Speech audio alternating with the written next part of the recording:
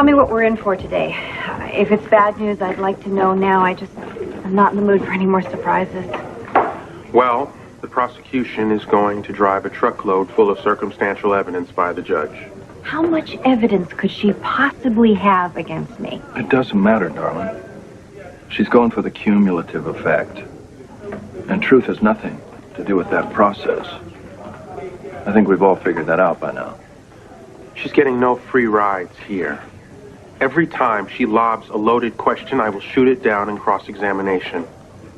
Here you go. Just a minute.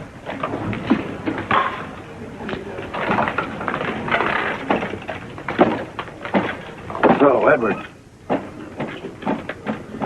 Did our waterlogged friend resurface?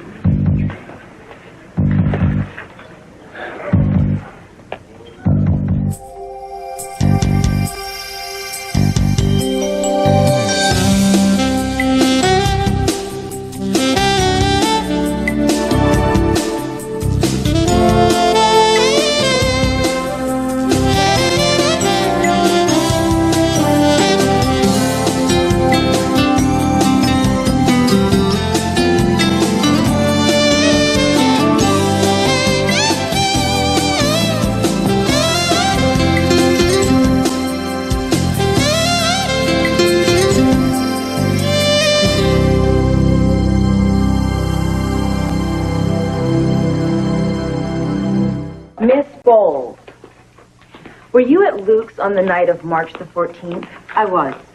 Will you please tell the court why?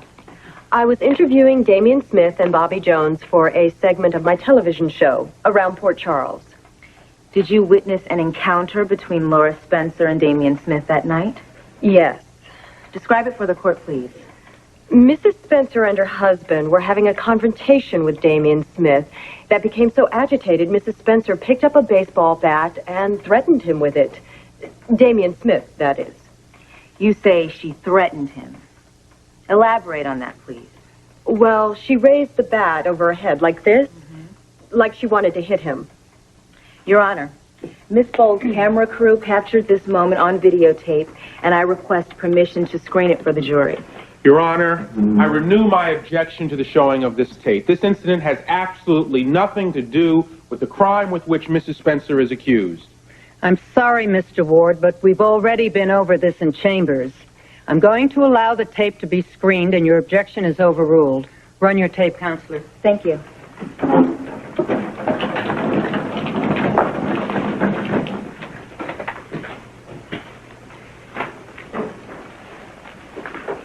Get out of my place right now. And you know what? If you were half the mother that you pretend to be, I would think I would at least know what my child was up to. Easy, gumdrop, easy. For the pleasure of bashing in his head. Remember, Lulu's going to have to visit you in the slammer until junior prom time. For the record, would you please state your name? Dr. Molly Chen. Dr. Chen, what is your field of expertise? I'm a forensics expert for the PCPD. And how long have you worked in this capacity? It'll be 8 years in August. Dr. Chen, would you please examine this bat? Have you ever seen it before? Yes, I have. Under what circumstances? I was asked to analyze it in connection with the Damian Smith murder case. And is this the same kind of bat as the one we just saw on the monitor? Yes, it is. Dr. Chen, could you tell us exactly what you found on the handle of this bat as a result of your testing? A set of fingerprints. Only one? That's correct. And were you able to discover to whom the fingerprints belong? Yes. Whose fingerprints were on the murder weapon that killed Damian Smith? Laura Spencer's. Laura Spencer's. Can you tell us anything about the pattern of the fingerprints in terms of the way the bat was held? According to the pattern, Laura Spencer held the bat in such a way as to strike a blow. Did you discover anything on the opposite end of the bat? The end that would have made contact with the target? Yes, I did. And what was that? Blood and hair follicles belonging to Damian Smith. And based on the skull marks, I also concluded Mr. Smith was struck by a person shorter than himself. Thank you, Dr. Chen. No further questions. Would you care to cross-examine? Yes, Your Honor, I do.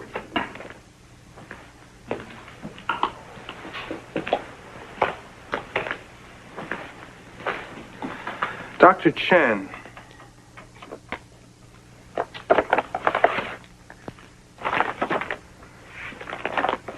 isn't it possible that the fatal blow from this bat could have been wielded not by Mrs. Spencer, but by someone wearing gloves? It's possible. And suppose a tall person, such as myself, swung the bat in this manner. Could that have left the same types of marks found on Damien Smith's skull? Yes, I suppose it would.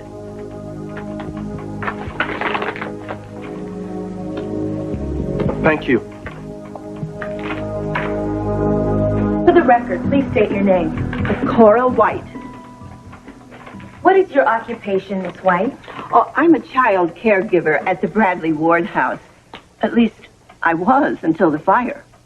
As an employee of Ward House, did you ever see this bat on the premises at any time? Yes, I did.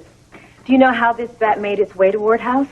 Oh, Laura Spencer brought it over, along with other sporting equipment for the children. Do you remember when? The morning of the fire. When you first saw the bat, was it covered in plastic? Oh, several pieces of the equipment were covered. I wanted to help Laura take the plastic off, but I didn't have time. We were leaving for Rochester, and the van was waiting. Did you actually see Miss Spencer remove the plastic? No. So when you went to Rochester, the bat was in pristine condition and its covering still intact? Yes, it was. Miss White, are you familiar with a Ward House baby named James? Oh, very much so. I've taken a lot of care of him since he joined us. Why didn't James make the trip to Rochester? Oh, he'd been very fussy the day before. He cried a lot, and he was rubbing his ear. Laura thought he was probably coming down with the same ear infection Leslie Lou had. I agreed that was probably the case, so that's why I left James home with Laura. Thank you, Miss White. No further questions, Your Honor. Ms. Jensen, any redirect? Yes, Your Honor. Miss White, do you have a medical degree? No, of course not. But I do know babies. Do you have any medical training that would qualify you to make a diagnosis? No. One more question. Did you offer to stay behind in order to take care of little James? Yes. And why didn't you? Miss White? Because Laura insisted I go to Rochester. She knew how much the trip meant A to simple me. yes or no will suffice. Did Laura Spencer insist that you go to Rochester while she stayed behind with a so-called sick baby? Yes. Thank you. No further questions.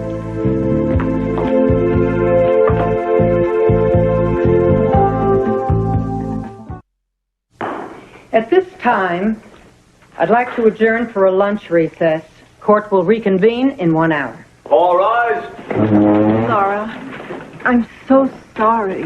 There's no need to apologize. You didn't do anything wrong.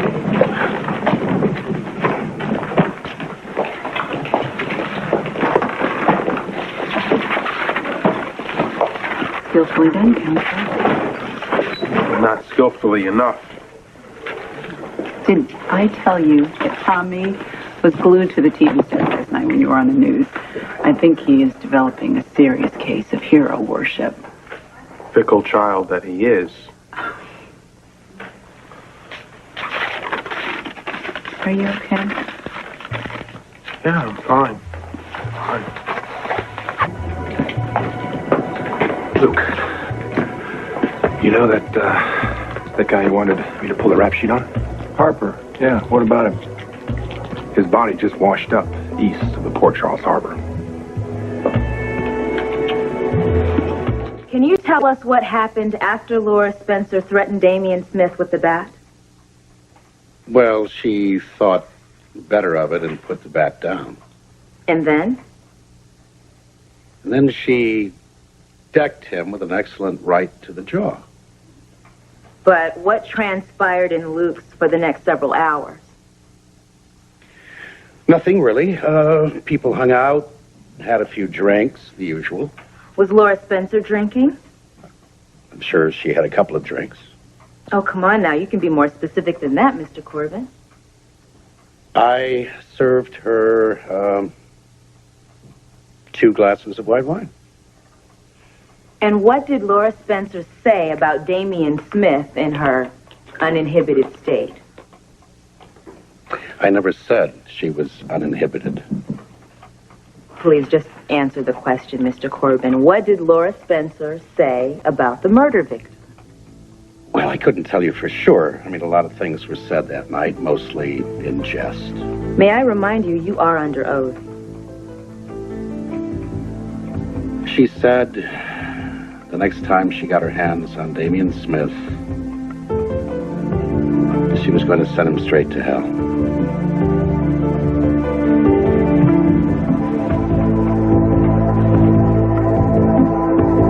Mr. Corbin, you stated that much of what was said that evening was in jest. Would you elaborate? Well, no one there liked Damien. He was the butt of a lot of jokes. So, Mrs. Spencer was not the only one to make disparaging comments that evening. Are you kidding? Not by a long shot. In fact, a lot of the comments that were made that night were a lot more pointed, including what I said. What was that? I offered to grind Damien into tiny cocktail wieners and serve him at happy hour. Quiet, please. I would like to remind the spectators about the consequences of disregarding courtroom etiquette. We will adjourn for the day. All rise.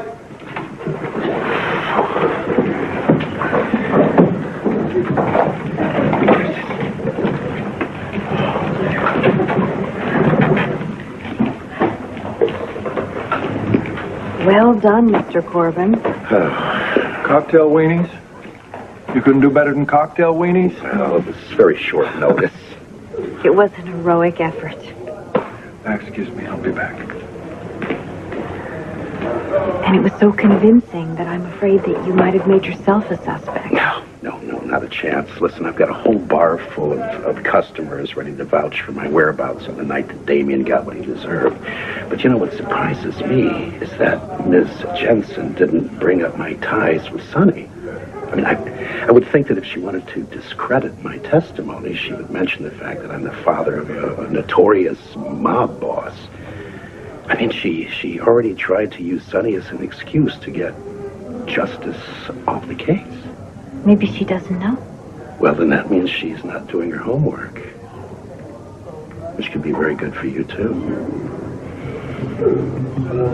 And now with Luke Spencer breathing down my neck, discretion's even more important than ever. Just as I don't like this the least bit.